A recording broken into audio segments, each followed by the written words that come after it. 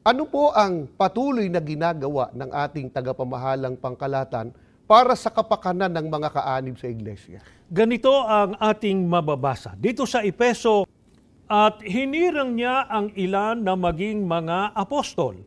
ang iba na maging mga propeta, ang ilan na maging mga ebanghelista, ang iba'y mga tagapangaral o tagapagturo. Ang nagkakaisang layunin ng kanilang paggawa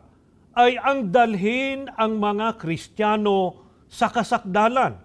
maihanda sila sa makakristyanong paglilingkod at sa pagpapalago sa Iglesia ni Cristo hanggang sa maabot natin ang pagkakaisa sa pananampalataya at higit na pagkakilala sa anak ng Diyos at makarating sa kasakdalan maging ayon sa sukat ng kalagayan ng pagiging ganap ni Kristo.